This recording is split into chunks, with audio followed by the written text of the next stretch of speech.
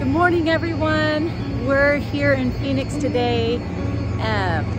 This morning I'm doing a Airbus 320. It's going into an international flight somewhere in Mexico.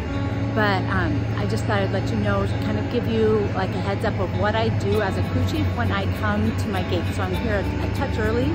So I'm gonna start moving equipment around. So this right here is the tug. That needs to go over here. We need to connect it to the tow bar, have the tow bar connected to the plane, connect it to the tug. And the first thing I do whenever I come to a gate, our new procedure is that we put in right here. This is called the bypass pin. So we're gonna put that bypass pin into the plane so that we can see right here, so that we can allow this steering, the nose gear, to be controlled by us down here. Once we remove that bypass pin, what it's doing, it's bypassing the hydraulic system. So it's gonna go back up. So once we remove it, the control goes back up to the pilot. But as we put it in, let's see if I can film it.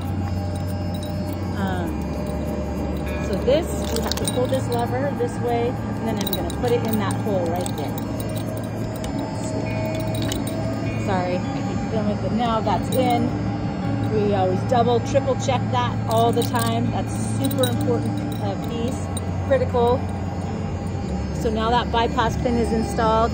So now I'm just gonna start moving the equipment, setting up the gate, making sure everything's good. Start opening up the bins,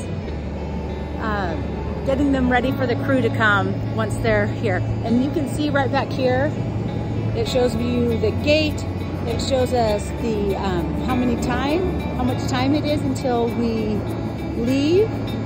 So we're here at Alpha 12. We are leaving at 9:30 on tail number 663. We're on an Airbus 320. So we have 84 minutes till we depart.